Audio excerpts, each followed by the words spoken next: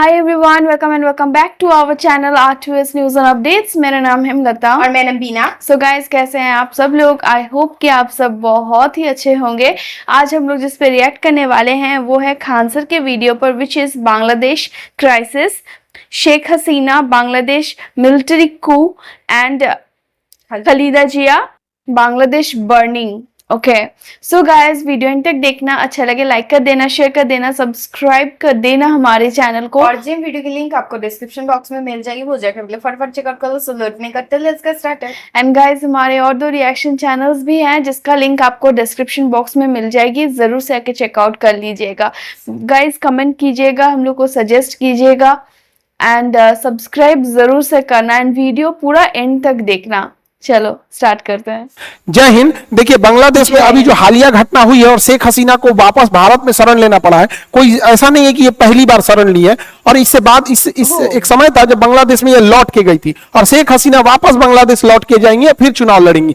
इसके बांग्लादेश में आखिर ऐसा क्यों हो रहा है, इसको जानने के लिए हम लोग को आजादी के समय से एक लंबे इतिहास से पीछे चलना पड़ेगा। जब ये पश्चिमी पाकिस्तान और पूर्वी पाकिस्तान एक ही थे, यहाँ पर ये दोनों एक ही थे और इनके संसद भवन को नेशनल असेंबली कहते हैं। जैसे हमारे यहाँ पार्लियामेंट संसद भवन कहते हैं, इसको नेशनल असेंबली कहते हैं, जिसमें 300 सीटें हैं। बहुमत के लिए 151 चाहिए तो सरकार बना लेंगे। जब चुनाव हुआ तो वहां 2 प्रमुख पार्टियां लड़ रही थी। पाकिस्तान पीपुल्स पार्टी की ओर से थे जुल्फिकार अली भुट्टो और आवामी लीग की ओर से लड़ रहे थे शेख मुजीबुर रहमान। शेख मुजीबुर रहमान ये पूर्वी पाकिस्तान के रहने वाले थे और जुल्फिकार अली भुट्टो जो थे वो पश्चिमी पाकिस्तान के थे। चुनाव में जो होता है, जुल्फिकार अली भुट्टो हार जाते हैं, इन्हें केवल 86 सीटें मिलती हैं, जबकि बहुमत के लिए 151 सीटें चाहिए होती हैं। इन पार्टी पाकिस्तान पीपुल्स पार्टी हार जाती है, जबकि शेख मुजीबुर रहमान की पार्टी आवामी लीग 167 वोट पाती है, यानी 151 से ज्यादा पाती है, 40% वोट पा जाती है। अब ऐसे ही समझिए कि मोदी जी को 36% वोट मिला है, बीजेपी को 36%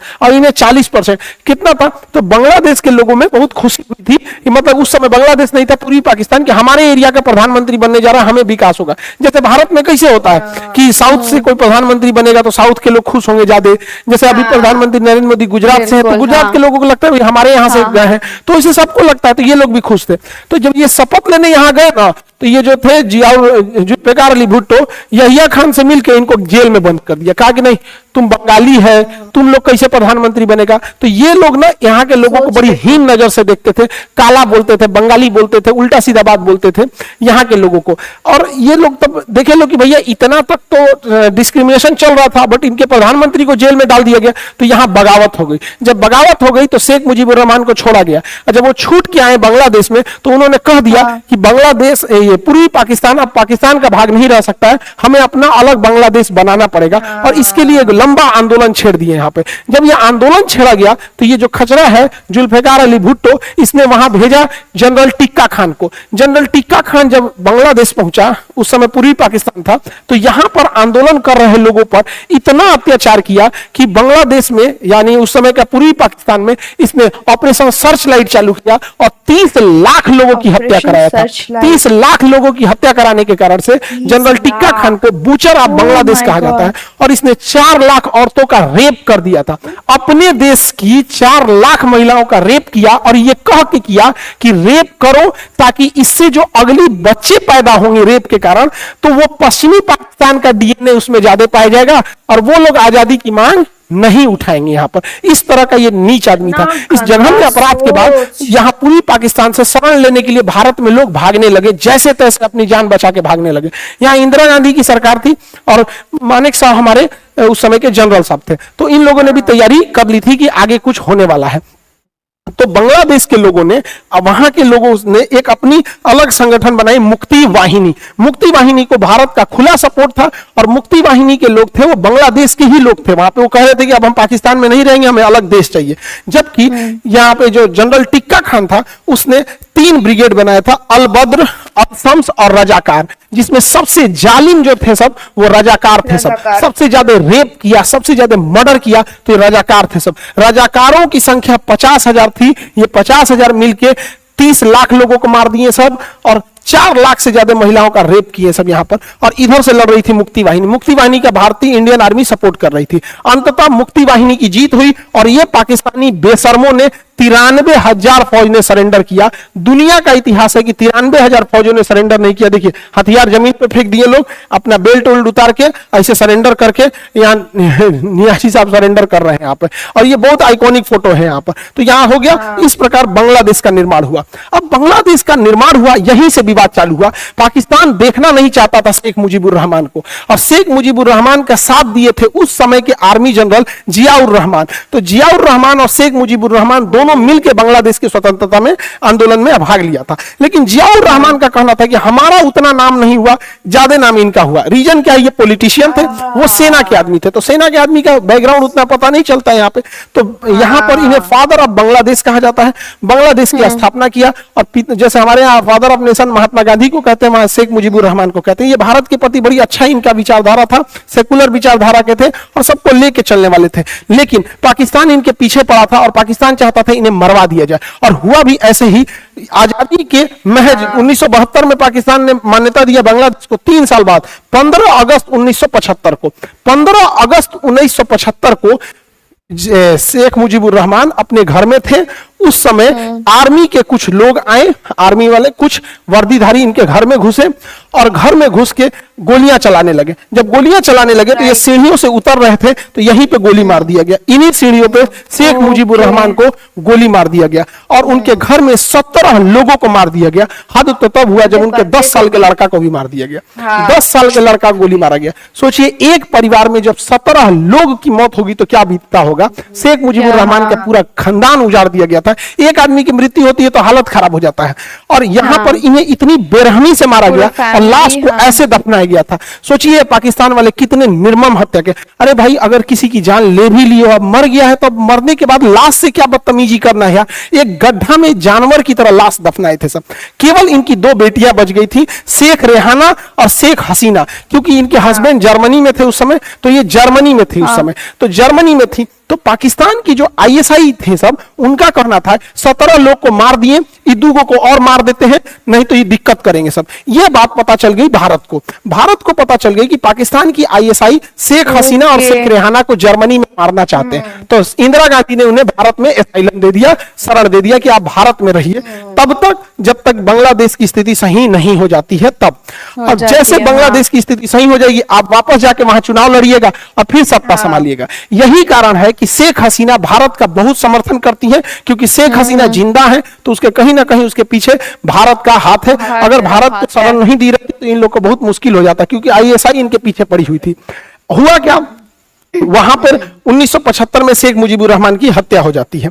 तो शेख मुजीबुर रहमान के साथ जो सेनापति लड़ रहे थे जियाउर रहमान, जो ये कह रहे थे कि हमको क्रेडिट नहीं मिला, अब इनके हाथ में सत्ता आ जाती है। तो जियाउर रहमान के हाथ में सत्ता आ जाती है, लेकिन बांग्लादेश की जो सेना थी वो इनको भी नहीं देखना चाहती है। ये एक दिन चटगांव दौरे पर थे, तो 30 मई 1981 को सेना ने इनके घर में भी घुस के ऐसे ही हत्या किया जैसे शेख मुजीबुर रहमान के किया था।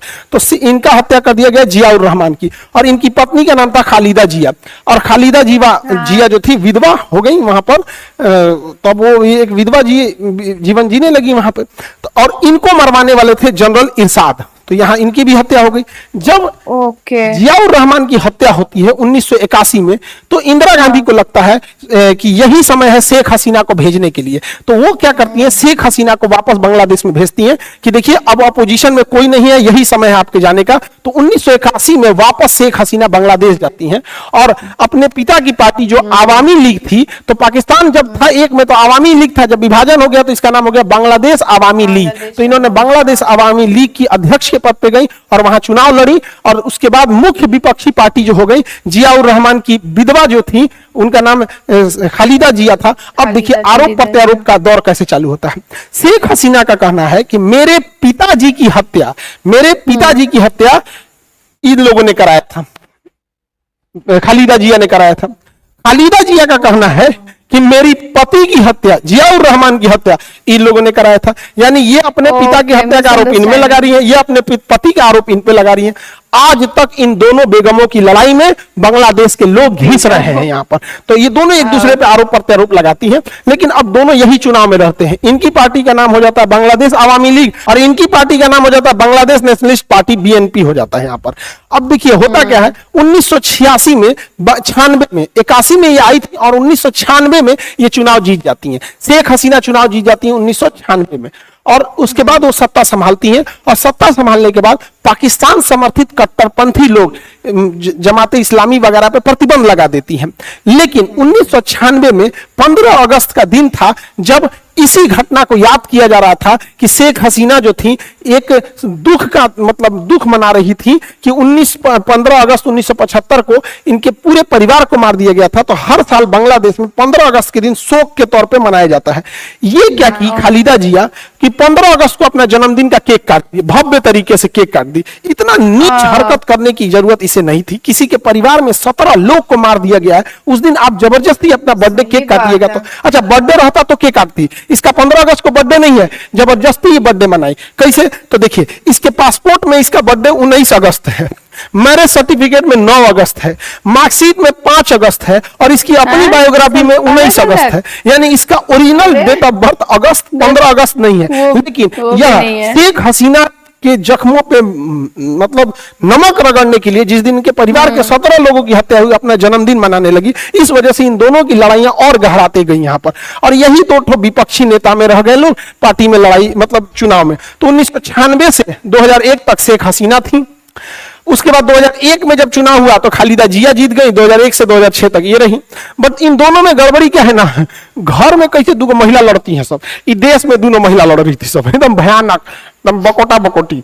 तो यहाँ पे ना ये इस पे आरोप लगा रही है कि चुनाव में ये धांधली की है और ये इन पे आरोप लगाती है कि ये धांधली की है, सब एक दूसरे पे आरोप लगाते हैं। तो बांग्लादेश में एक कानून बना दिया गया कि जब चुनाव होगा तो उस समय एक केयर टेकर राष्ट्रपति बनाया जाएगा और सारी शक्तियां उस राष्ट्रपति को दे दी जाएगी चुनाव के दौरान, ताकि किसी के पास शक्ति ही नहीं रहे कि मिसयूज कर सके। तो केयर टेकर राष्ट्रपति का कंसेप्ट आया कि भैया यही केयर टेकिंग करेंगे, चुनाव इन्हीं के मद्देनजर अच्छा से होगा। तो केयर टेकर राष्ट्रपति बनाया गया फखरुद्दीन अहमद और खचरा निकला। ई का किया कि इसको केयर टेकर बनाया गया। अब तो कहा कि ठीक है केयर टेकर होगा, आप लोग से शक्तियां ले ली जाती हैं, चुनाव होगा। जैसे शक्ति ले लिया ना तो दोनों को जेल डाल दिया, कहा भागो यहाँ से, हम रहेंगे राष्ट्रपति, पूरा शक्ति अपने ले लिया। 2 साल तक सत्ता खुद चलाया, 2006 से 2008 तक। 2006 में चुनाव होने वाला था, तो गजब बंदरबाट हो गया, दोनों को जेल डाल दिया।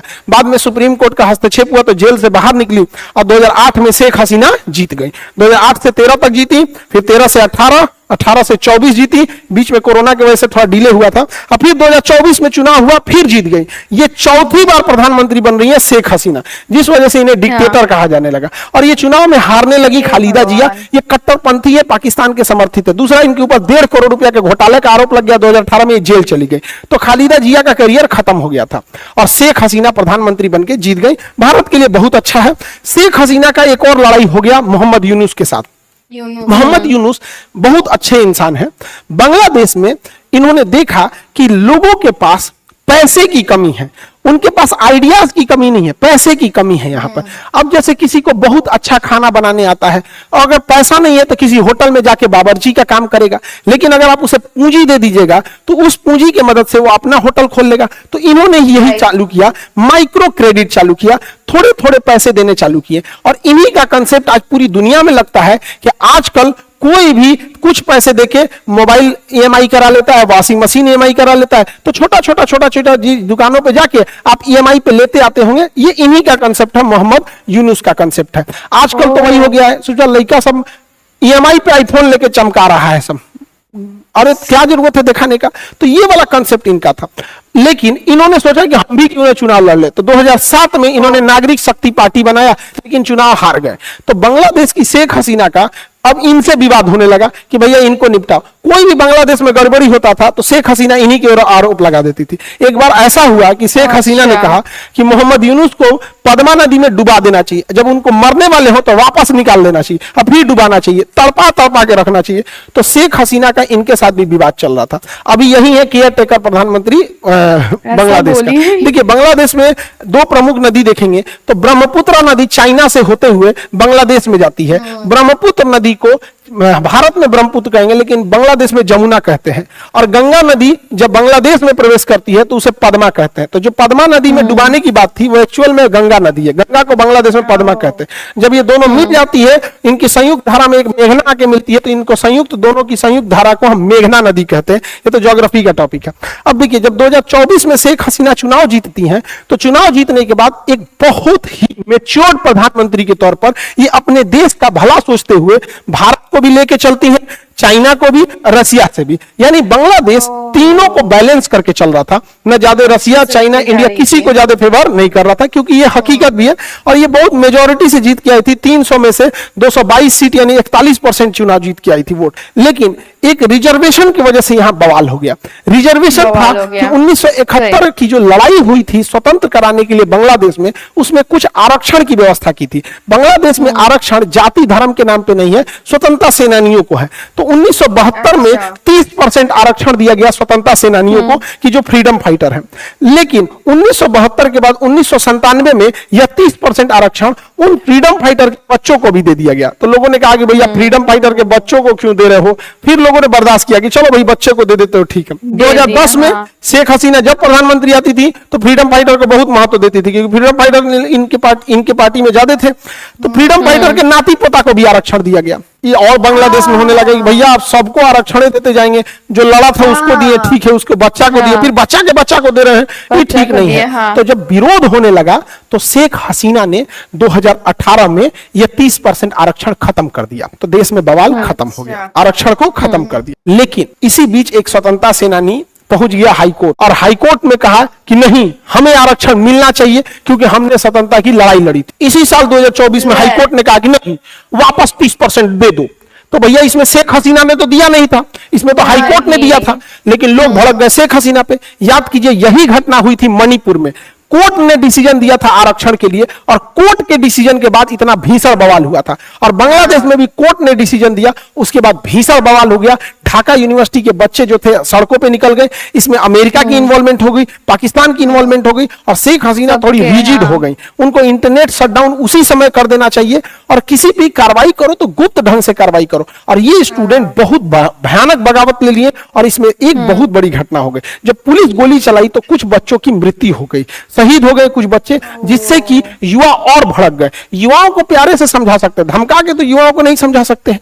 इसी बीच जब आंदोलन चल रहा था तो मीर मगदो नाम का एक व्यक्ति था, मीर मगदो था, वो पानी पिलाता था सबको, जो आंदोलनकारी थे, पानी पी लो, पानी पी लो, पानी पी लो। तो इसी दौरान जब पुलिस गोली चलाई ना तो उसको लग गया। अब भीषण और बवाल हो गया कि भैया वो तो पानी पिला रहा था, आंदोलन नहीं कर रहा था, तुमने गोली मार दिया। और उग्र हो गया आंदोलन। इसी बीच यूनिवर्सिटी के 3 विद्यार्थी, नाहिद, आसिफ और अबू बकर, इन 3 जो मेन लीडर थे, पुलिस इनको उठा लेती है अलग अलग जगहों पे, और सिविल ड्रेस में पुलिस उठा लेती है। और इन लोग को इतना मार मारती है, इतना मार मारती है, अब मार के अब वीडियो बनवाती है। तो ये लोग कहते हैं आंदोलन मत कीजिए, लेकिन जब मारे रहेंगे तो पता चल जाएगा। तो ये लोग कहते हैं कि जरूर इन लोगों ने अरेस्ट किया है। तो बांग्लादेश की पुलिस कहती है नहीं, हमने अरेस्ट नहीं किया है, पता नहीं कहां से वो वीडियो बना है।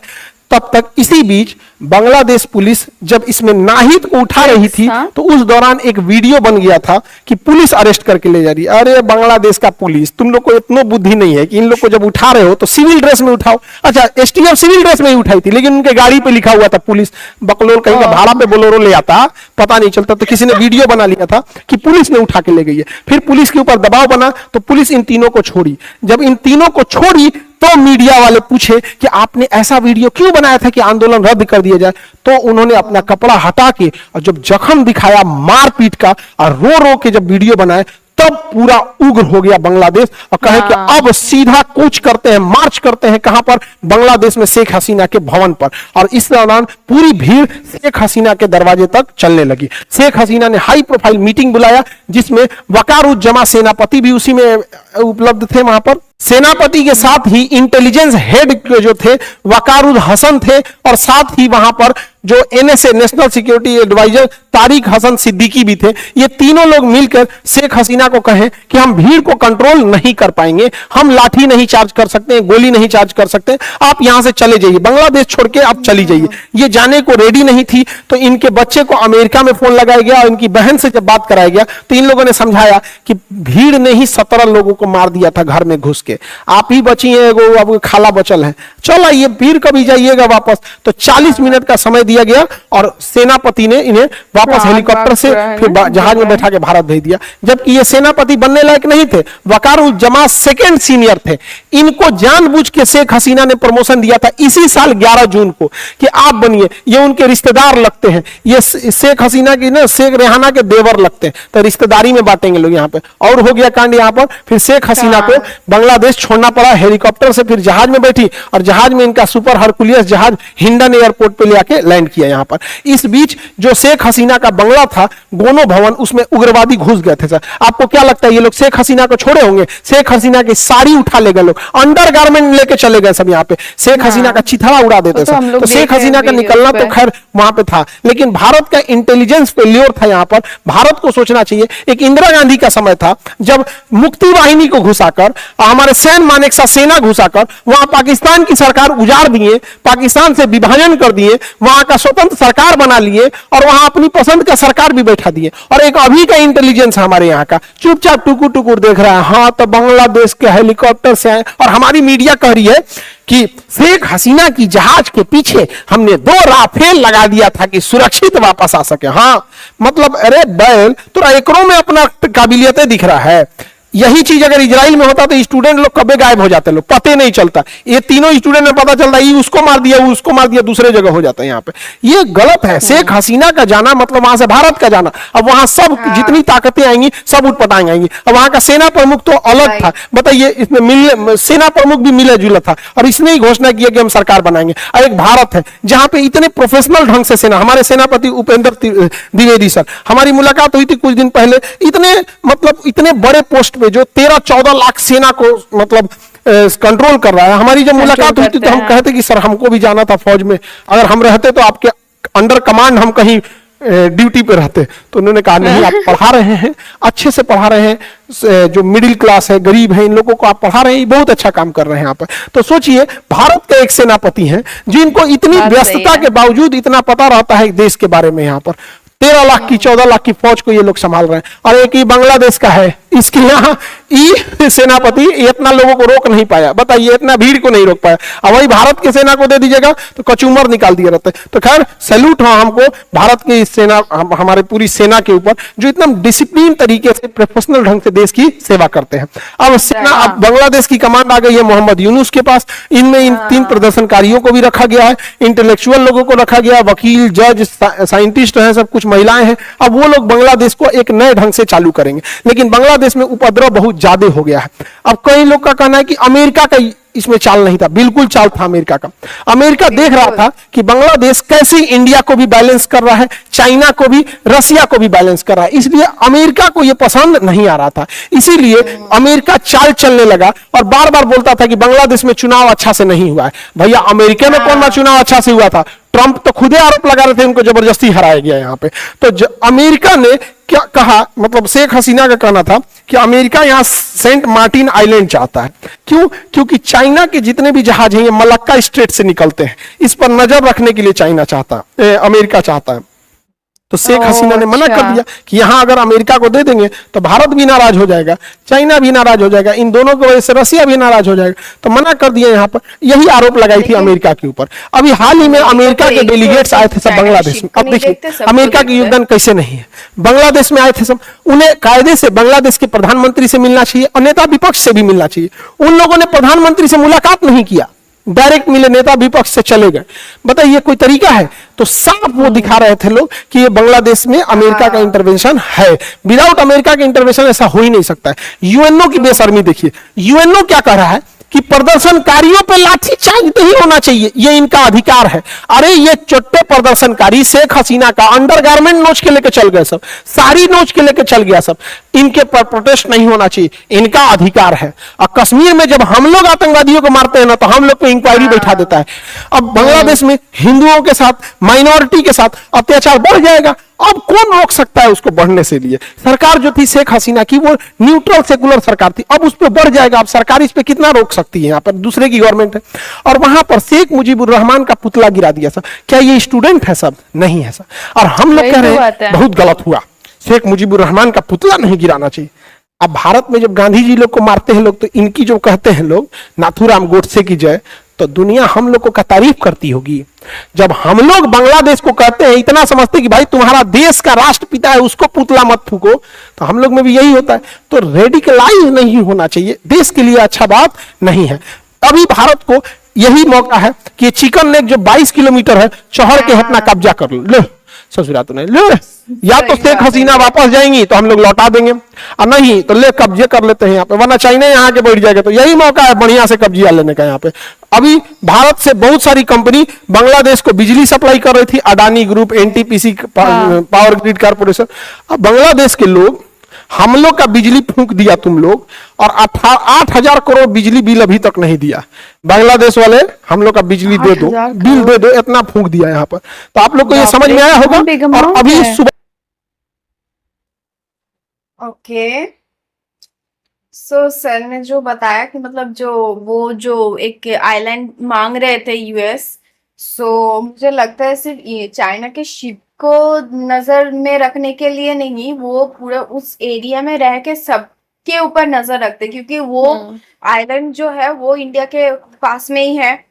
हाँ। चाइना के ऊपर भी रखते हैं कि चाइना के शिप कहाँ कहाँ जा रहे हैं, लेकिन वहां पे रह के सबके ऊपर रखते, क्योंकि उन लोगों को लगता है, अमेरिका को लगता है कि इंडियन ओशन में इंडिया का बहुत ज्यादा क्या इन्वॉल्वमेंट हो रहा है। तो वो लोग तो नहीं चाहते, वो सिर्फ अमेरिका चाहते हैं कि मतलब उनका ही राज रहे, उनका ही डोमिनेंस रहे, डोमिनेट करते रहे सभी को। सो ये तो बात है यार, पूरा इन्वॉल्वमेंट यहाँ पे जो स्टूडेंट प्रोटेस्ट रहा, ये जो स्टूडेंट मारे गए, वो बहुत बुरी बात है। मतलब वो सुन के खराब लगा। हाँ। धीरे धीरे वो स्टूडेंट प्रोटेस्ट नहीं रहा। ये जो हिंदू के ऊपर टॉर्चर हो रहा है, जो पहले भी हो मतलब जब शेख हसीना थी, तो हम लोग सुनते थे कि हिंदू के ऊपर टॉर्चर हो रहे हैं, तो वो मे भी थोड़ा कम अमाउंट में हो रहा था, लेकिन अब ज्यादा निकल के आ रहा है कि मतलब मे भी मतलब हो रहा था उस टाइम, मतलब वो जो छुप के बैठा था, वो जब छुप के रखा था, जो मैटर जो था थोड़ा बहुत कम भी था, थोड़ा बहुत छुपा हुआ था, लेकिन अब ज्यादा होने लगा और बाहर आने लगा, वो खुल के बोलने लगे। हाँ, दिखाने लगे, बोलने लगे, दिखाने लगे। सो ये स्टूडेंट प्रोटेस्ट स्टूडेंट के लिए हम लोग को बुरा लगता है कि, लेकिन यहाँ पे जो लास्ट में जो हुआ जो वैसे जाके पार्लियामेंट में जाके जो किया, शेख हसीना के घर में जाके जो किया, प्राइम मिनिस्टर हाउस में जाके जो उन्होंने किया, वो बातें मतलब वो एक स्टूडेंट के नाम पे चले, मतलब हो रहा है कि मतलब ये स्टूडेंट कर रहे हैं, लेकिन एक्चुअल में वो लोग स्टूडेंट नहीं है, उन लोगों का अलग ही खुद का, वो लोग अपना ही अलग सोच रखते हैं। इसलिए तो वो लोग बस इसी मौका का उन्होंने फायदा उठा लिया। हाँ, वही हुआ। लेकिन बांग्लादेश का प्रॉब्लम बहुत चल रहा है अभी, आई थिंक ये कंटिन्यू रहेगा। बस आई होप कि ये लोग अमेरिका को जगह ना दे, अमेरिका को जगह दे दिए तो मतलब इन लोग अपने ऊपर ही बहुत सारे प्रॉब्लम लेके आ जाएंगे। सो वैसे वीडियो सर ने बहुत अच्छे से समझाया, इतना डिटेलिंग में, मतलब एकदम स्टार्टिंग से एंड तक जो हुआ है उन्होंने समझाया। तो बहुत ही हाँ, जो हम लोग को कुछ चीजें जो हम लोग को पता भी नहीं था, वो भी हम लोग को पता चला। सो गाइज, यही था हमारा रिएक्शन। आपको कैसा लगा आप हमें कमेंट में जरूर बताइएगा। अगर यहाँ तक वीडियो देखे हैं, thank you so much for watching our video. अच्छा लगा लाइक कर दो, शेयर कर दो, सब्सक्राइब कर दो हमारे चैनल को। ओरिजिनल वीडियो की लिंक आपको डिस्क्रिप्शन बॉक्स में मिल जाएगी, वो जाके चेकआउट कर लीजिएगा। एंड हमारे और 2 रिएक्शन चैनल्स हैं गाइज, जिसका लिंक आपको डिस्क्रिप्शन बॉक्स में मिल जाएगी, जरूर से वो भी चेकआउट कर लीजिएगा एंड सब्सक्राइब भी करिएगा एंड पूरा वीडियो एंड तक देखिएगा भी जरूर। चलो मिलते हैं नेक्स्ट वीडियो में, बाय।